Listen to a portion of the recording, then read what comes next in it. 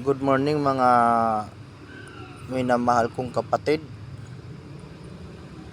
Unang-una sa lahat, tayo muna ay magpapasalamat sa Diyos sa pagbibigay niya sa atin na panibagong buhay at panibagong pag-asa. May nais na naman akong ibahagi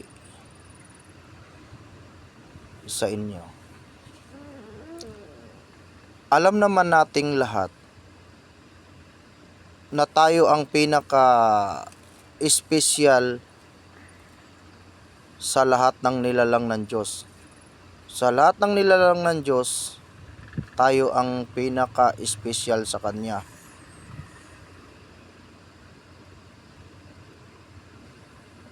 Kaya mga minamahal kong kapatid, ang dyablo gusto niya tayong mawalay sa Diyos. Bakit? Dahil nakikita ng dyablo na yun ay kahinaan ng Diyos. Yun ang kahinaan ng Diyos. Ayaw kasi ng Diyos na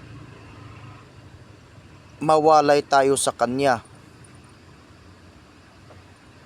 Kaya tayo ang inatake ng dyablo, ginugulo ng dyablo, dinidistract ng dyablo habang nabubuhay dito sa mundong ito. Dahil alam niyang nasasaktan ang Diyos. Dahil alam niya na ayaw ng Diyos na tayo'y magiging masama. Dahil alam niya na ayaw ng Diyos na tayo'y mawalay sa Kanya.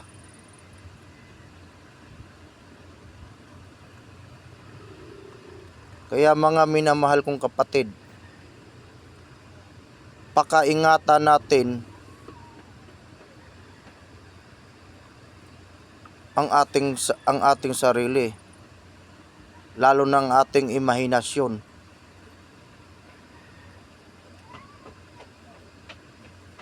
Dahil sa araw-araw nating buhay, ang dyablo ay parang isang leon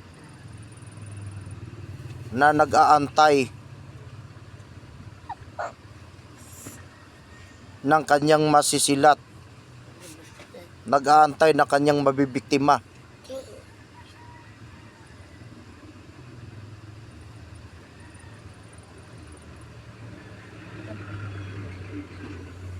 Hanggang dito na lang.